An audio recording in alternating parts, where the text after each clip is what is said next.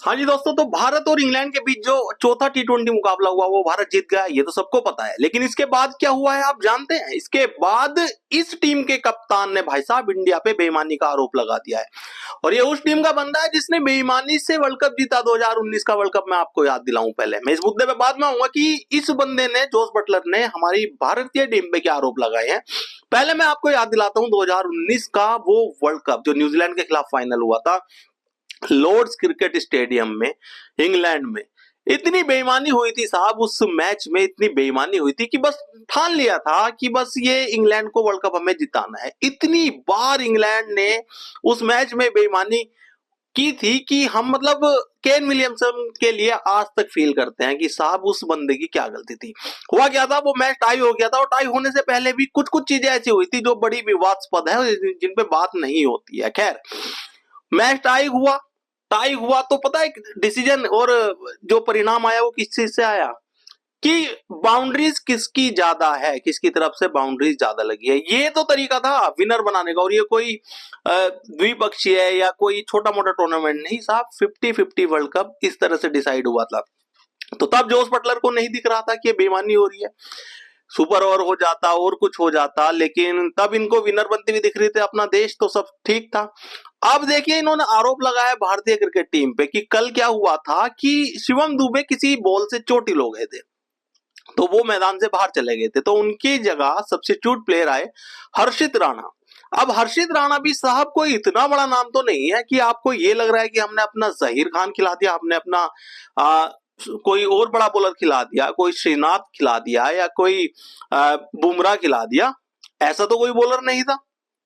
अब इस हर्षित राणा ने 3 विकेट ले लिया और 3 विकेट वो परिणाम में ही बदल गए, मतलब इंग्लैंड हार गया है। शायद इस वजह से ही हार गया कि हर्षित राणा की परफॉर्मेंस बहुत शानदार आई है। लेकिन क्या हर्षित राणा किसी और टीम का खिलाड़ी है? क्या किसी और प्लानेट पे खेलता है? क्या किसी और दर्जे का प्लेयर है? क्या हर्षित राणा इतना बड़ा खिलाड़ी है, इतना बड़ा बॉलर है कि उसके आने से इंग्लैंड की कमर टूट गई? जोस बटलर ने कहा है कि ये बेईमानी है।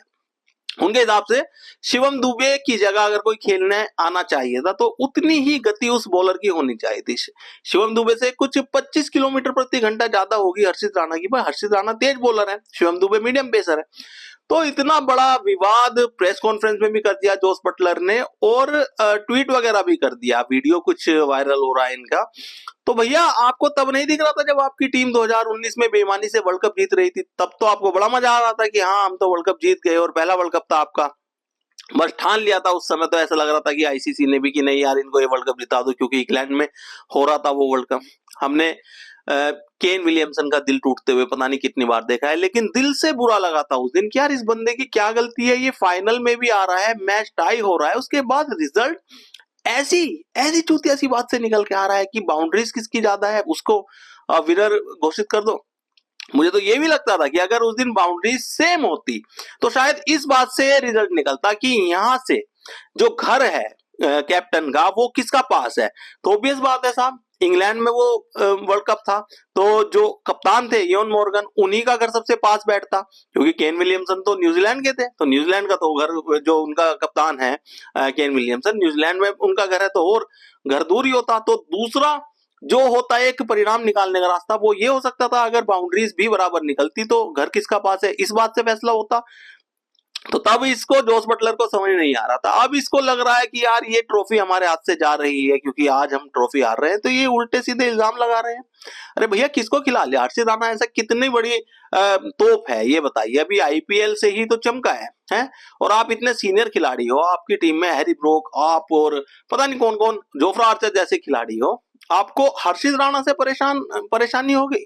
आपको लग रहा है हर्षित राणा ना खिला के हमने शोएब अख्तर खिला लिया, हमने शेन वॉर्न खिला लिया, हमने वसीम अकरम खिला लिया?